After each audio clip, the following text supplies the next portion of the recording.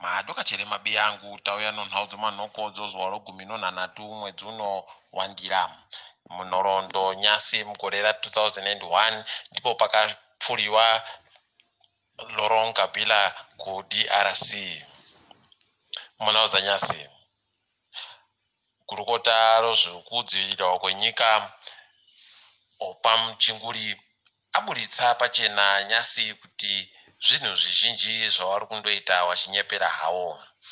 Wakaburitsiwa wari kureketa pafoni nomumwe mutapo nhau akaita zvinhu zvache achiwanyepera kunge ari kuvabata manja.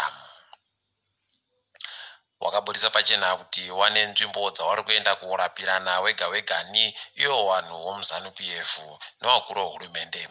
Masoko avo wakaburitsa pachena kuti wachivenga wakabenhuka kubva kuChina, wakabenhuka nokamushonga kokudzivirira dzihwa mupengo kachiri kuongororwa kuti kanoita chere kuti kapuwe kuvanhu.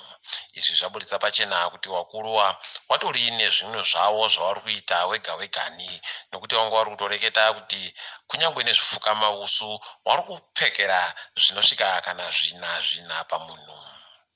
Izvi zvakaoma mabi yangu nokuti kunyange nenyika yeChina yabva yapinziwawo ipapo vachiti ndiyo yakaita kuti dzihwa mupengo ritekeshere. Zvabva zvazoiburitsa masoko aburitsiwa nobazi rokuchidzana kudzimwe nyika ratiro hwiba ndoba zvavanofunga sohurumende.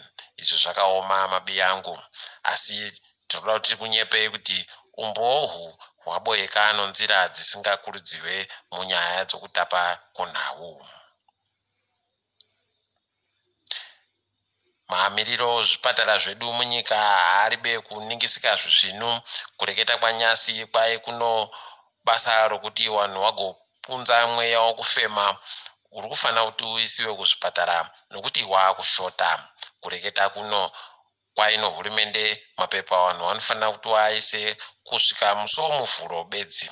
Izvi zvava zvapa vanhu kuti warekete kuti kutorino wakapa basa iri kare asi wandomirira chete kuti zvireketiwe kuti akapasa zviri pachena. Izvi zvakaoma. Gore rapera takambokureketai kuti bato roZANU PF rino chipatara charo charavhura chegani richishandisa mari dzatagwirei paRock Foundation. Izvi zvabuditsa pachena Nyasi apo pabuda kuti chipatara ichi chaakusenza nokuti hurumende iri kubva yareketa kuti kwai chichaita kuti vanhu vari kushanya kuuya munyika vakange vabatira dzihwa mupengo vanokwanisa kuenda korapiwa ikweyo.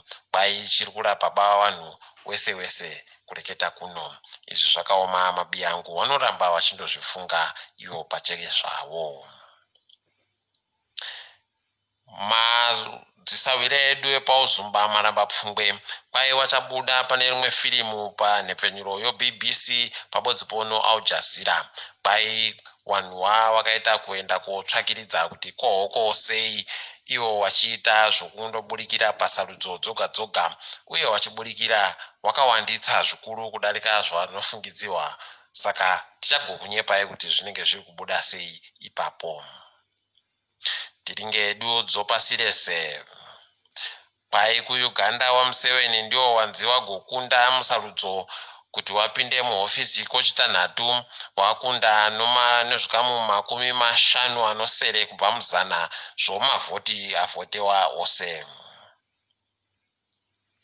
Kwai hurumende yeMalawi yakapfatsura hayo mari inoita zvikamu 70 kubva muzana zvomari yaifanira kuti isenzesiwe zvinhu zvodzihwa mupengo. Kureketa kuno hurumende kwai iri kutoita zvokupemha kuti igone kubatsiridzika munyaya iyi.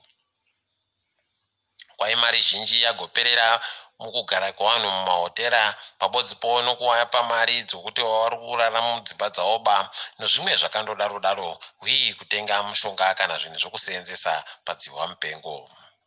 Toramba tichitenda vanhu wakaita kuti kambani yodande mutande yoWhatsApp iite kufunga kuzvinhu.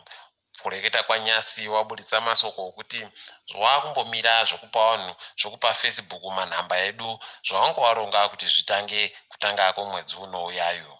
toramba tichitenda vanhu nokuti hakwawo kuzvinhu.